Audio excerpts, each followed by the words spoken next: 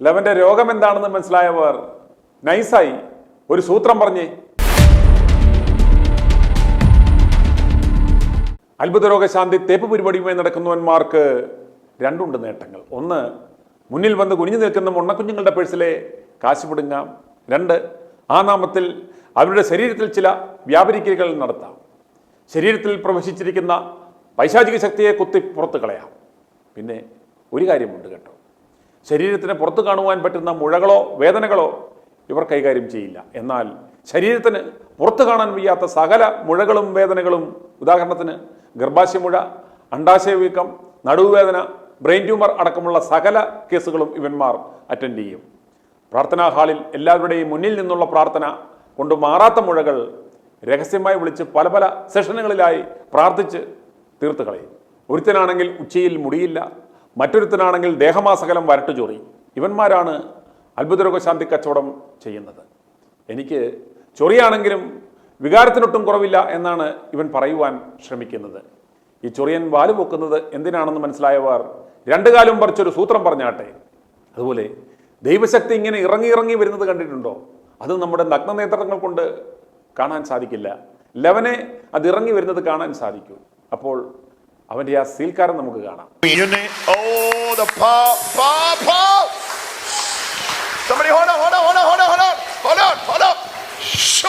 The power of God is moving. 제수지 보트비에다. I'm seeing he's working in a ship. 안토 보티르 와우르타. Oh my God, oh my God, oh my God. This sister is also under the power of God. Oh my Lord. Oh, the glory is manifesting.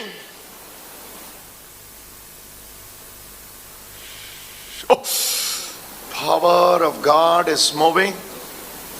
You know what Jesus, oh my Lord.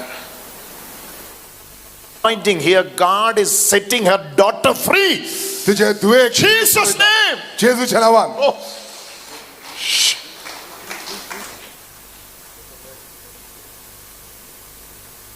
Jesus' name.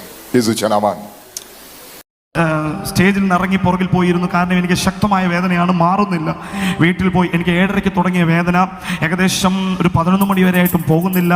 ഞാൻ ഹോസ്പിറ്റലിലേക്ക് പോയി. ഹോസ്പിറ്റലിൽ പോയപ്പോൾ ഒരു casualty മാത്രമാണ് അവിടെ ഉണ്ടായിരുന്നത്.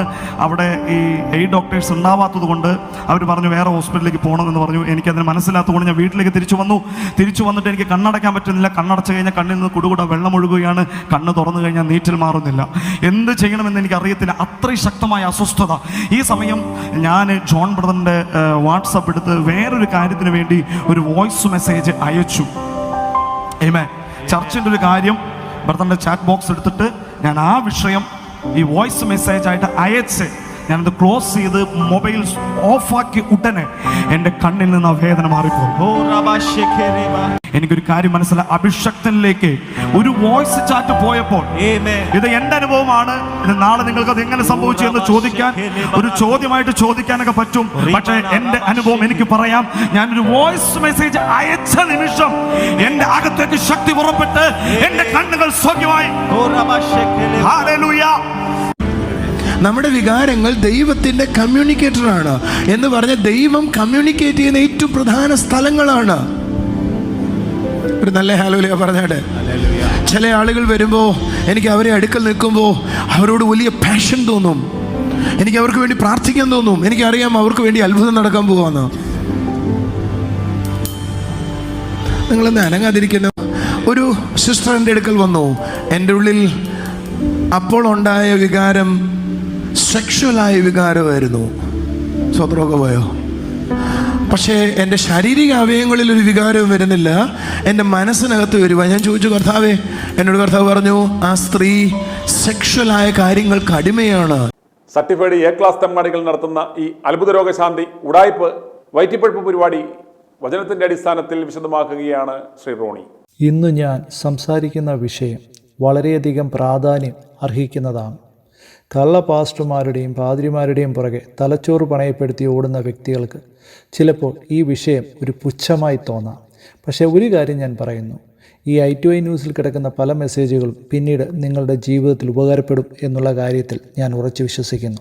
അതിൻ്റെ കാരണം എന്താണെന്ന് പറയുകയാണെങ്കിൽ, എല്ലാവർക്കും എല്ലാവരെയും എല്ലാ കാലം പറ്റിക്കാൻ പറ്റത്തില്ല.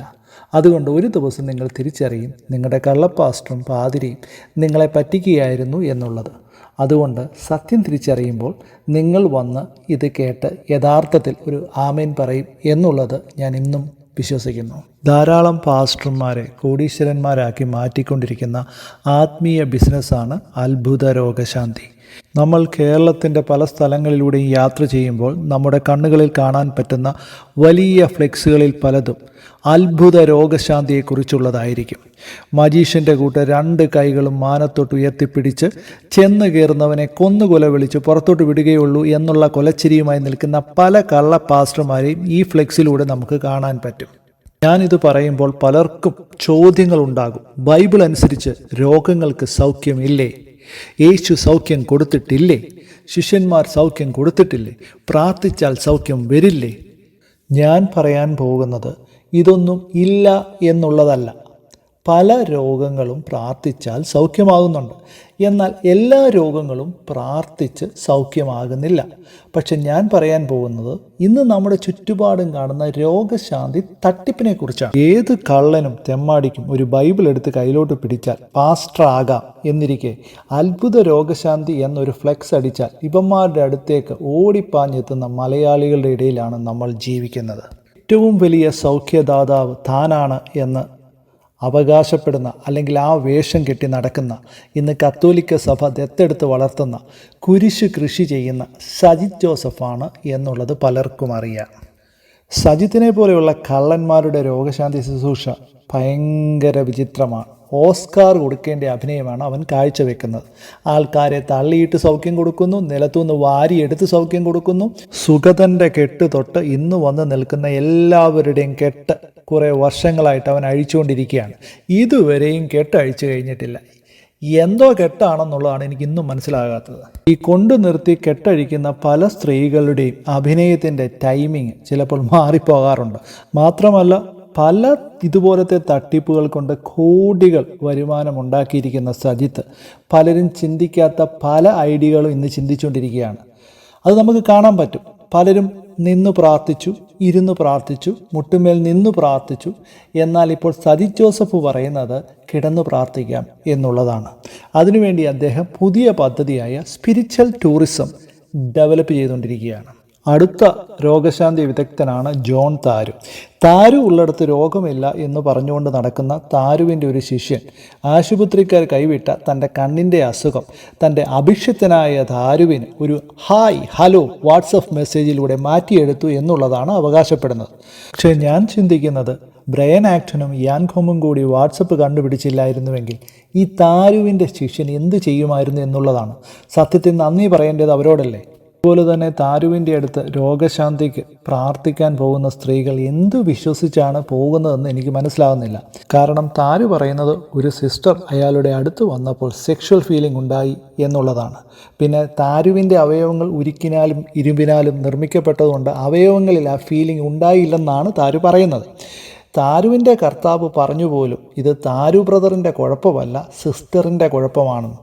എന്തായാലും താരുവിൻ്റെ കർത്താവ് ഒരു വിചിത്രമായ കർത്താവാണ്. പക്ഷെ ഒരു കാര്യം ഞാൻ പറയാം, കർത്താവ് പറഞ്ഞാലും പറഞ്ഞില്ലെങ്കിലും ഭർത്താവ് പറയണം തൻ്റെ ഭാര്യയോട് ഇതുപോലുള്ള കാമഭ്രാന്തന്മാരുടെ അടുത്ത് രോഗശാന്തിക്ക് പോയി നിൽക്കരുത് എന്നുള്ളത്.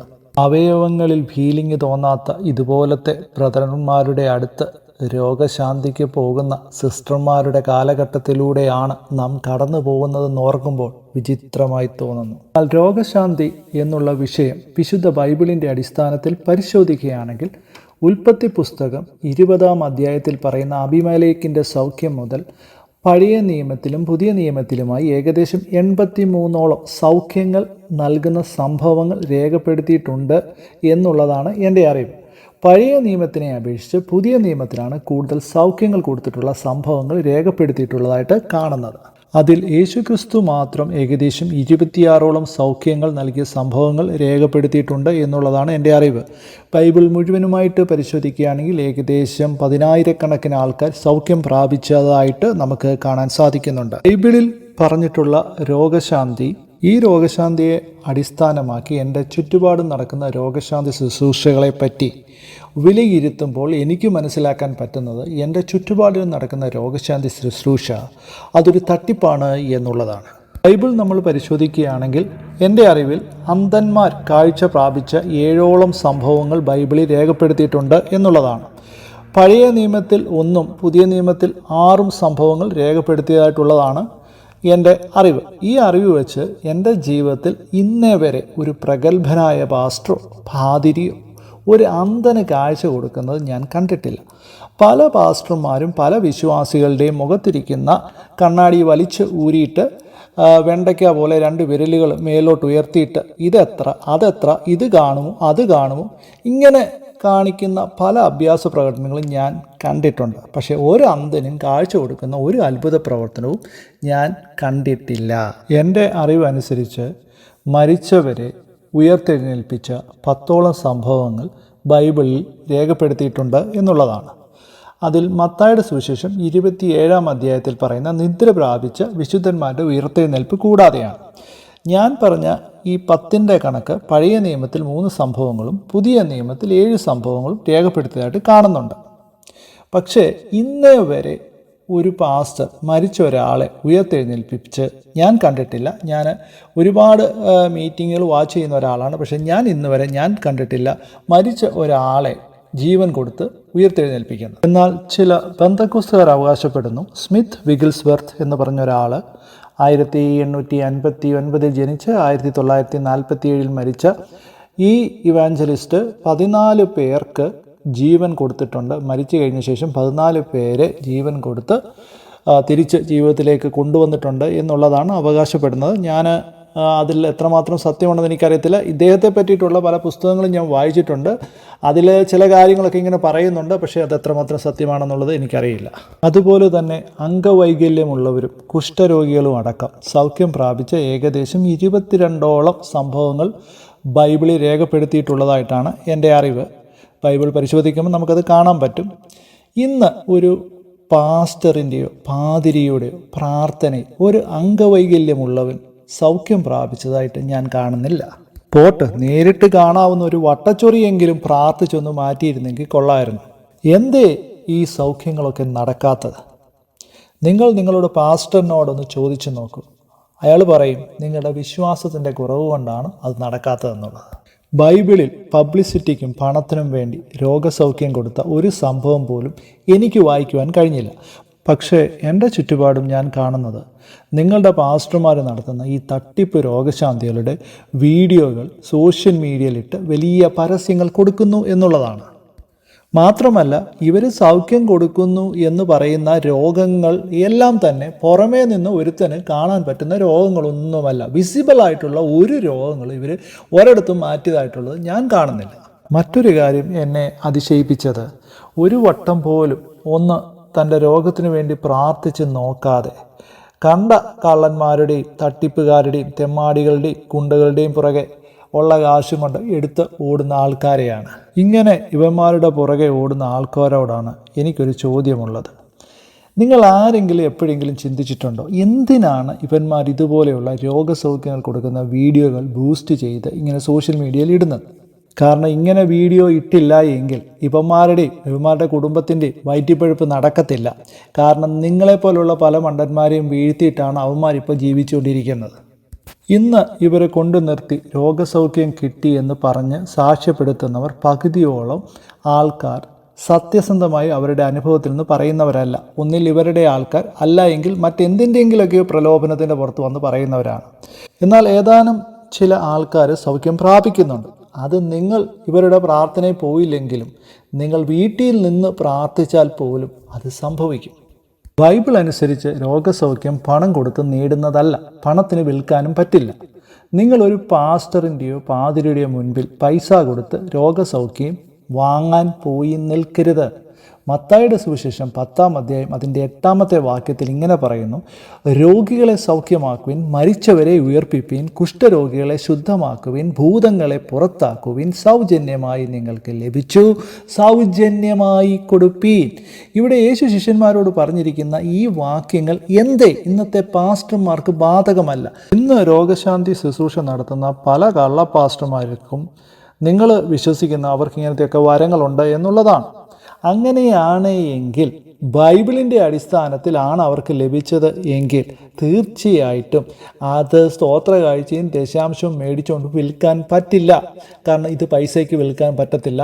കാരണം ബൈബിളിൻ്റെ അടിസ്ഥാനത്തിലാണ് അവർക്ക് ഇങ്ങനെ ഒരു വരം ഉണ്ട് എന്ന് നിങ്ങൾ വിശ്വസിക്കുന്നുണ്ടെങ്കിൽ അവരത് സൗജന്യമായിട്ട് കൊടുത്തേ പറ്റുകയുള്ളൂ. വിശുദ്ധ തിരുവചനത്തിൻ്റെ വിപരീതമായി പ്രവർത്തിക്കുന്ന ഏവനും ദൈവത്തിൽ നിന്നുള്ളതാണോ പിശാചിൽ നിന്നുള്ളതാണോ എന്നുള്ളത് നിങ്ങൾ തന്നെ ചിന്തിക്കുക.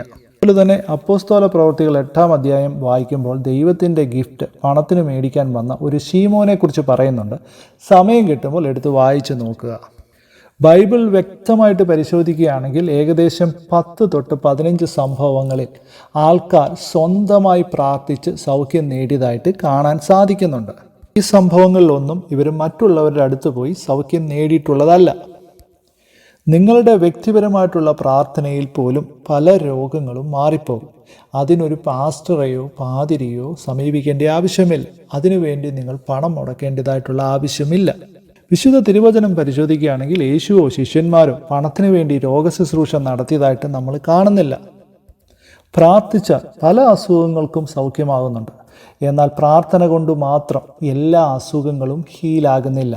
ചില രോഗങ്ങൾക്ക് തീർച്ചയായിട്ടും മെഡിക്കൽ ട്രീറ്റ്മെൻറ്റ് ആവശ്യമായിട്ടുണ്ട്. അതുപോലെ മെഡിക്കൽ ട്രീറ്റ്മെൻറ്റ് ആവശ്യമായിട്ടുള്ള രോഗങ്ങൾ ചികിത്സിക്കാതെ ഇതുപോലെയുള്ള കള്ള പാസ്റ്റർമാരുടെ പുറകെ, ഇതുപോലെ ഉള്ള തട്ടിപ്പ് പാസ്റ്റർമാരുടെ പുറകെ കാശും കൊടുത്ത് ജീവൻ കളഞ്ഞ് ദയവ് ചെയ്ത് നിങ്ങൾ ഓടരുത്. ഈ കാര്യത്തിൽ ബൈബിൾ എന്താണ് പറഞ്ഞിരിക്കുന്നതെന്ന് നിങ്ങൾ വ്യക്തമായി പരിശോധിക്കണം. അതുകൊണ്ടാണ് ലൂക്കോസിൻ്റെ സുവിശേഷം 5-ാം അധ്യായത്തിൽ യേശു ഇങ്ങനെ പറഞ്ഞിരിക്കുന്നത്, ദീനക്കാർക്കല്ലാതെ സൗഖ്യമുള്ളവർക്ക് വൈദ്യനെയും കൊണ്ട് ആവശ്യമില്ല. അതുപോലെ തന്നെ ലൂക്കോസിൻ്റെ സുവിശേഷം 10-ാം അധ്യായത്തിൽ അവിടെ നല്ല ശമരിയക്കാരനെ കുറിച്ച് പറയുന്നുണ്ട്. അവിടെ മുറിവേറ്റ് കിടന്ന ആളിൻ്റെ മേൽ നല്ല ശമരിയക്കാരൻ കൈവച്ചു പ്രാർത്ഥിച്ചു എന്ന് അവിടെ കാണുന്നില്ല. പക്ഷേ അവിടെ നല്ല ശമരിയക്കാരൻ ചെയ്തത് എണ്ണയും പീഞ്ഞും പകർന്ന് അവൻ്റെ മുറിവുകളെ കെട്ടി അവനെ തൻ്റെ വാഹനത്തിൽ കയറ്റി വഴിയമ്പലത്തിലേക്ക് കൊണ്ടുപോയി രക്ഷ ചെയ്തു എന്ന് എഴുതിയിട്ടുണ്ട്. അതുപോലെ തന്നെ 1 തീമോത്തിയോസ് 5-ാം അധ്യായത്തിൽ പൗലോസ് പറയുന്നു, ക്ഷീണത്തിനും അജീർണതയ്ക്കും പൗലോസ് കൈകൾ വെച്ച് പ്രാർത്ഥിക്കുന്നതായിട്ട് അവിടെ കാണുന്നില്ല. അവിടെ പറയുന്നത് വെള്ളം മാത്രം കുടിക്കാതെ അല്പം വീഞ്ഞും സേവിച്ചു കൊള്ളുക എന്നുള്ളതാണ്. അതുപോലെ തന്നെ യെഹെസ്കേൽ പ്രവാചകൻ്റെ പുസ്തകം 47-ാം അധ്യായത്തിലും വെളിപാട് പുസ്തകം 22-ാം അധ്യായത്തിലും ഒരു വൃക്ഷത്തെപ്പറ്റി പറയുന്നുണ്ട്. അതിൻ്റെ ഇല ചികിത്സയ്ക്ക് ഉതകുന്നതാണ് എന്ന് പറയുന്നു. അതുപോലെ തന്നെ ഉൽപ്പത്തി പുസ്തകം 37-ാം അധ്യായത്തിലും യിരെമ്യാ പ്രവാചകൻ്റെ പുസ്തകം 8-ാം അധ്യായത്തിലും സൗഖ്യമാക്കുന്ന ഗിലെയാദിലെ തൈലത്തെപ്പറ്റി പറയുന്നുണ്ട്. അതുപോലെ തന്നെ യെശയ്യാ പ്രവാചകൻ്റെ പുസ്തകം 38-ാം അധ്യായത്തിൽ പരുവിന് സൗഖ്യം വരേണ്ടതിന് അത്തിപ്പഴക്കട്ട കൊണ്ട് പുരട്ടുന്നതായിട്ട് നമുക്കവിടെ കാണാൻ പറ്റുന്നുണ്ട്. ഞാൻ ഈ പറഞ്ഞത് ഇതുപോലെയുള്ള രോഗങ്ങൾക്ക് ഒന്നും കൈകൾ വെച്ച് പ്രാർത്ഥിക്കുന്നതായിട്ട് അവിടെ കാണുന്നില്ല. നാച്ചുറലായിട്ടുള്ള റെമഡികളാണ് അവിടെ യൂസ് ചെയ്തതായിട്ട് കാണുന്നത്. അത് ഞാൻ പറഞ്ഞു എന്നുള്ളതേ ഉള്ളൂ. നേരെ ചൊവ്വേ തൻ്റെ കുഞ്ഞ് ഒന്ന് തുമ്മിയാൽ പോലും അതിനെയും കൊണ്ട് പാസ്റ്ററിൻ്റെ അടുത്തോട്ട് ഓടുന്ന അല്ലെങ്കിൽ പാതിരിയുടെ അടുത്തോട്ട് ഓടുന്ന അമ്മമാരുടെ നാട്ടിലാണ് നമ്മൾ ജീവിക്കുന്നത്. അതുകൊണ്ടാണ് ഞാനിത് പറയുന്നത്. അതുപോലെ തന്നെ ഈ ഭൂമിയിൽ ജീവിക്കുന്ന എല്ലാവർക്കും ഒരു ആയുസ്സിൻ്റെ അളവ് കുറിക്കപ്പെട്ടിട്ടുണ്ട്. ഭൗമിക ജീവിതത്തിൻ്റെ ആയുസ് അവസാനിക്കുമ്പോൾ ഈ ഭൂമിയിൽ നിന്ന് നാം കടന്നു പോകേണ്ടുന്നവരാണ്. വിശുദ്ധ ബൈബിൾ പരിശോധിക്കുകയാണെങ്കിൽ 969 വയസ്സ് വരെ ജീവിച്ച മെതുശലേം തൊട്ട് 7 ദിവസത്തെ ആയുസ് മാത്രമുണ്ടായിരുന്ന ദാവീദിൻ്റെയും ബത്ശബയുടെയും കുഞ്ഞിനെ വരെ നമുക്ക് കാണാൻ പറ്റും. പലർക്കും ആയുസിൻ്റെ അളവ് പലതാണ്. അതുകൊണ്ട് നമ്മുടെ ഈ ആയുസ്സിൽ ബുദ്ധിപരമായി നാം ചിന്തിച്ച് ഈ കള്ളന്മാരുടെ രോഗശാന്തി തട്ടിപ്പിൽ ചെന്ന് പെടാതിരിക്കുക. ദൈവം നിങ്ങളെ അനുഗ്രഹിക്കട്ടെ. ഇത്രയുമെല്ലാം കേട്ടിട്ടും ഇവന്മാരുടെ കോലാഹല കച്ചേരിക്ക് തുള്ളിച്ചാടി പോകാൻ തോന്നിയാൽ നിങ്ങൾ ചെയ്യേണ്ട ഏക കാര്യം കണ്ണാടിയുടെ മുന്നിൽ പോയി നിന്ന് സ്വയം ചോദിക്കുക, അല്ല അറിയാൻ മേലാഞ്ഞിട്ട് ചോദിക്കുക, എനിക്ക് എന്നാത്തിൻ്റെ കേടാണ്. i2i News, an eye for truth.